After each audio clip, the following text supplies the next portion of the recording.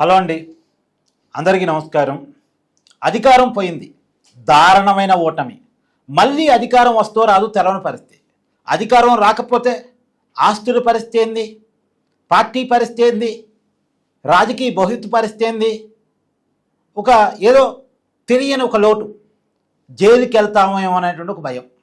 కాబట్టి ఎట్టి పరిస్థితుల్లో అధికారాన్ని సంపాదించుకుంటేనే ఉన్న అన్ని సమస్యలకి పరిష్కారం దొరికింది.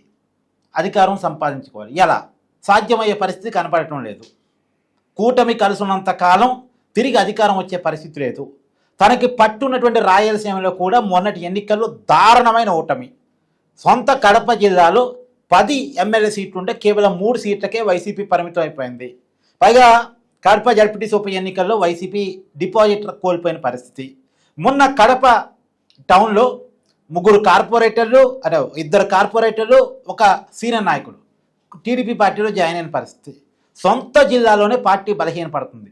ఏదో ఒకటి చేసి రాయలసీమలో పార్టీని బతికించుకోవాలి. ఇంకా పార్టీకి ఆయు పట్టు రాయలసీమే. రాయలసీమలో కనుక పట్టు కోల్పోతే వైసీపీ పొలిటికల్ లైఫ్ అనేది కొలాప్స్. కాబట్టి రాయలసీమ మీద విపరీతమైన ఫోకస్ పెట్టాడు జగన్మోహన్ రెడ్డి. పైగా కడప జిల్లా మీద విపరీతమైన ఫోకస్ పెట్టాడు.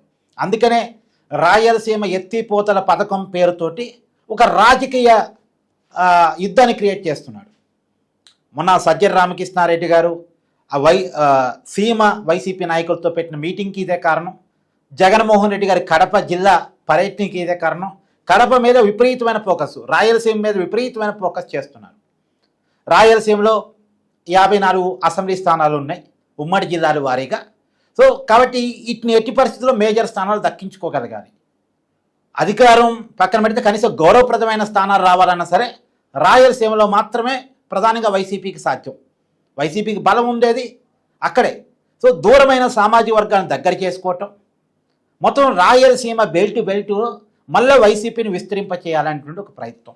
వర్కౌట్ అవుతుందా కాదని చూడాలి. ఎందుకంటే 2014 ఎన్నికల్లో వైసీపీకి వచ్చిన 67 సీట్లలో మేజర్గా వచ్చింది రాయలసీమ జిల్లాల్లోనే. మరి 2019 ఎన్నికల్లో అయితే అసలు కూటమికి వచ్చింది కేవలం రాయలసీమలో 3 సీట్లు. మొత్తం వైసీపీ క్వీన్షిప్ చేసింది. ఇప్పుడు ఎగ్జాంపుల్ కడప జిల్లాలో 10 స్థానాలు ఉంటే 10 వైసీపీ గెలిచింది 2019 ఎన్నికల్లో. కర్నూలు జిల్లా మొత్తం వైసీపీ గెలిచింది. తర్వాత అనంతపురం జిల్లాలో ఒక 2 సీట్లు టీడీపీకి వచ్చాయి. నిజానికి అనంతపురం జిల్లాలో కొద్దిగా టీడీపీ ఉంటుంది. ఆ జిల్లాలో కూడా కేవలం 2 సీట్లు మాత్రమే టీడీపీ సంపాదించింది. అది కూడా ఉరవకొండ పయ్యావుల కేసు, హిందూపురం బాలకృష్ణ. ఉమ్మడి చిత్తూరు జిల్లాలో కూడా ఏదో చంద్రబాబు నాయుడు గారి స్థానం కాబట్టి కుప్పం గెలవగలిగారు, కానీ మిగతాదంతా వైసీపీ క్లీన్షిప్ చేసింది. చిత్తూరు జిల్లా మొత్తాన్ని, ఉమ్మడి జిల్లాల వరకు చెప్తాను నేను మీకు. సో మళ్ళా రాయలసీమ ప్రభావం ఉండేటువంటి నెల్లూరు, ప్రకాశం, రాయలసీమ కాకపోయినప్పటికీ రాయలసీమ ప్రభావం ఆ జిల్లాల మీద ఉంటుంది. కాబట్టి ఆ జిల్లాలో కూడా టీడీపీ గెలిచిందేమని చెప్పండి 2019 ఎన్నికల్లో. నెల్లూరు అయితే క్లీన్షిప్ వైసీపీదే. కాబట్టి ఈ పరిస్థితిని తిరిగి తెచ్చుకోగలగాలి.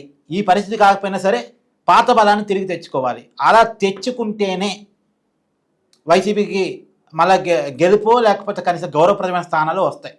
2024 ఎన్నికల్లో వైసీపీకి కేవలం 7 స్థానాలు మాత్రం వచ్చాయి. ఉమ్మడి కడప జిల్లాలో 3, కర్నూలు జిల్లాలో 2, చిత్తూరు జిల్లాలో 2.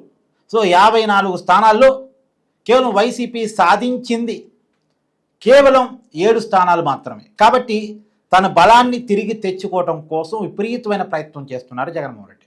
మరి ఈ ప్రయత్నం వర్కౌట్ అవుతుందంటే పరిస్థితులు అంత ఈజీగా అయితే లేవు.